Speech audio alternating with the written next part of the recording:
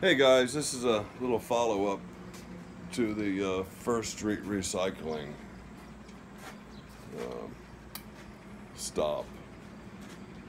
So I took a bunch of wire from in underneath the store. All the wiring going to everything in the store I cut out, and also there was a box of cords.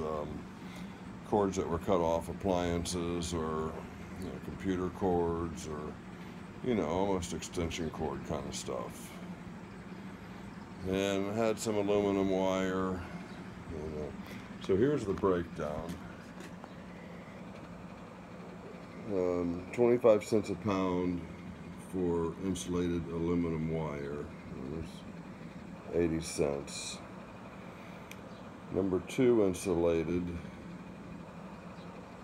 was $1.70, and that was $37. That's all the Romax and older stuff. And here's the big score: is number 2 cords, 76 pounds, 90 cents a pound was $68. And then just a scrap piece of aluminum, kind of a threshold, it's 3 pounds, and that's 45 cents a pound. It brought $1.40. For a grand total of $108. So with all that money in my pocket, I went across the street and bought a piece of railroad track. And I got a piece for me, and I got a piece for Craig Tate, if he so wishes. His is flame cut on the end, but he's got the machinery to deal with it. I'll take the one that is double saw cut. The guy just cut this other side yesterday, and then I came today and got another fresh cut. So it is kind of dark, but there's 2 nice portable anvils. And this came out of the store. I did the evaporust, and it's engraved with something. It either says HOT&B Company or WOT&B Company. But quite a nice hammerhead.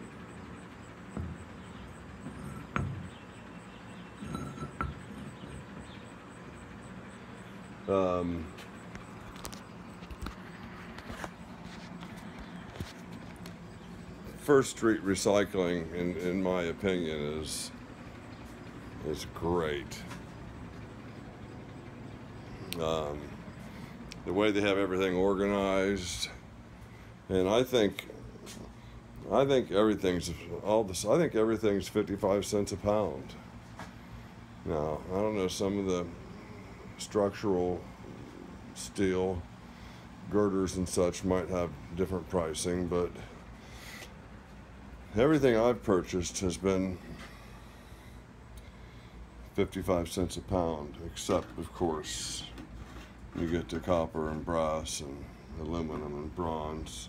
But the guy usually gives me a little discount when I buy the brass, and unfortunately they had some brass there. It was too close to closing. Plus, I'd never thought about having them cut me some pieces, because they got pieces that are 8 feet long and greater.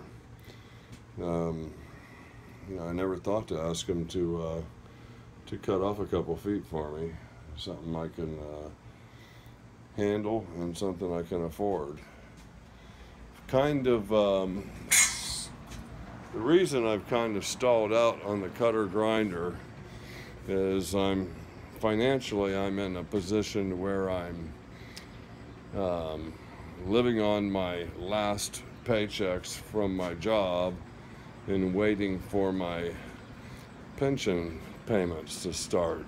I haven't filed for Social Security yet. I may do that today, but